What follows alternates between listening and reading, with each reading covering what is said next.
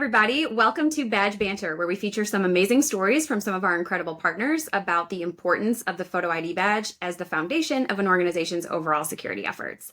I'm Lindsay Martin-Nez from Badge Pass, and today we're joined by a very special guest, Guy Grace from Assa Abloy. Thank you so much for being here, Guy. Thank you. I'm honored to be here today. Well, we're excited to have you. So prior to Assa Abloy, you worked as a director of security in K-12 schools for over 30 years. Can you tell us a little bit about your experience in that and what you do at Assa Abloy now? I started in the late 1980s in school safety after I had left the United States military and was looking for a career and what I wanted to do from my security experience in the military. And when I was going to college, I explored different security options because I was in military police before. And I obviously would gravitate towards a field that you would. So I looked at security, but I remember applying for a position, and the first place I got put into was a K through 12 facility. My first day, no training, no nothing. And in fact, on that first day, I had a major, what could have been a major incident happen was gang violence or potential for it. So I de-escalated the situation into that program, what was going on at that dance and that after hours activity. And I remember shaking afterwards, but then I go to myself, wow, this is something I could look and be into K through 12 safety and security.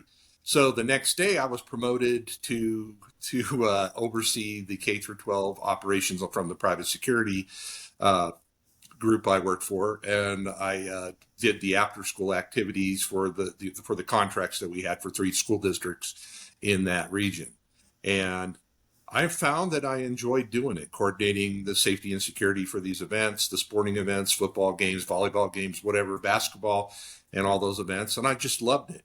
However, obviously, we all know in many cases, especially in those days and age when you worked in private security, it wasn't a whole lot of money that you could make from that to take care of yourself and especially complete your college program. So I looked and I said, I'm going to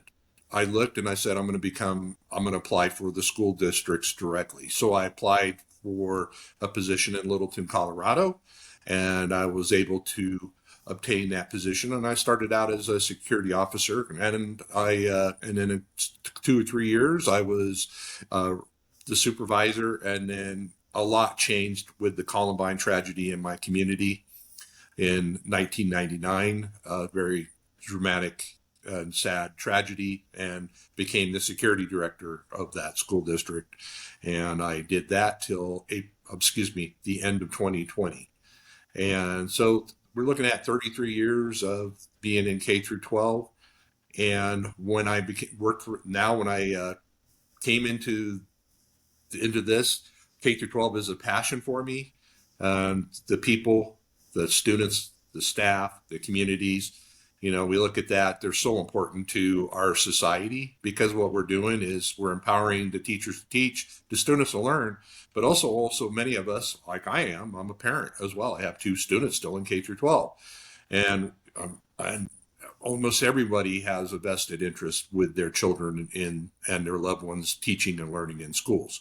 So when the opportunity came to work for Assa Abloy, I also believe that what our topic here, there are many components in school safety, but one of those, probably one of the most important components when we're talking physical safety and security is access control. And when we're talking access control, that also includes badges. Mm-hmm. And those are so important to, identification and other measures that schools that have been doing for many years. It's a leading practice, what we're going to talk about here today. So I'm honored to be here. I'm honored to work for Assa Abloy. I'm just honored to have the opportunity to share from my experiences and experiences of others. Well, what a cool story. Thank you for sharing that with us. I get so excited when I hear people that are really passionate about K through 12 schools. Anyone who's ever met me or has watched a Badge Banter knows that I have a lot of passion for that market. I mean, I'm a parent too, so I get it. You send your kids to school every day and you want to make sure that they're safe and having a good experience. And I think that one of the things we love working with schools at Badge Pass is like you really feel like you're making an impact when you get to help them with their ID and security efforts. So I just think that's neat. So let's talk about that. Let's kind of dive into it. And obviously you come from great experience in that market as it relates to the ID badge and everything else that a school has going on, because it's a lot. If you're a security director at a school, you're dealing with a lot more than just the access control for sure. But that's a component to it, and just one of many layers. How important is that visual security element that a photo ID badge provides in the K through 12 market specifically? Well, we live in a day and age that there are incidents that can happen in your school district or happen in other places.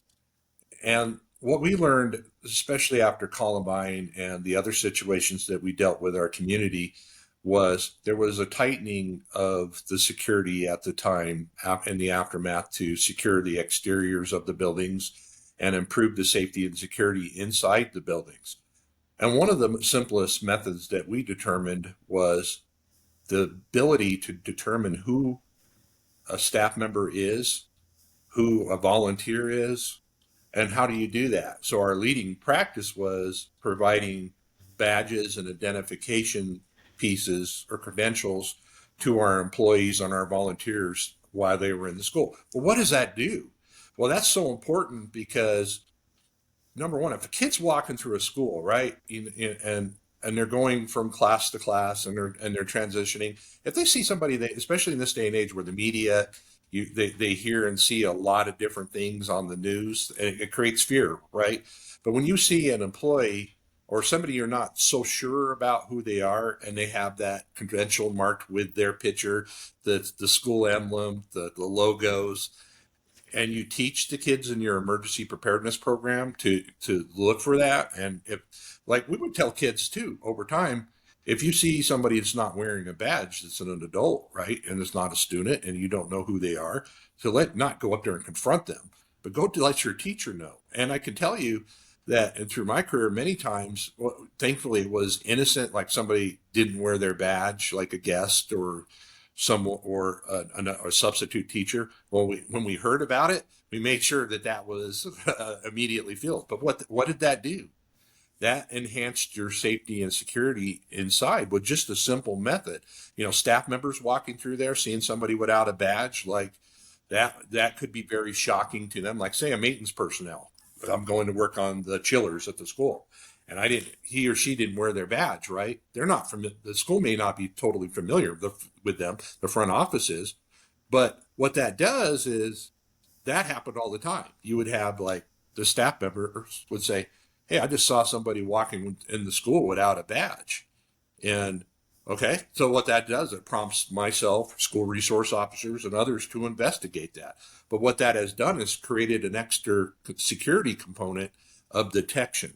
And detection when we look at humans is very good. It's like they're detecting an anomaly. We're not counting on that. We're counting on people to look and see, they see somebody that's out of place. Well, being out of place is I don't have my badge. Now we hear from folks too, like, well, somebody can get a badge and create a badge and blend in with the organization by doing so.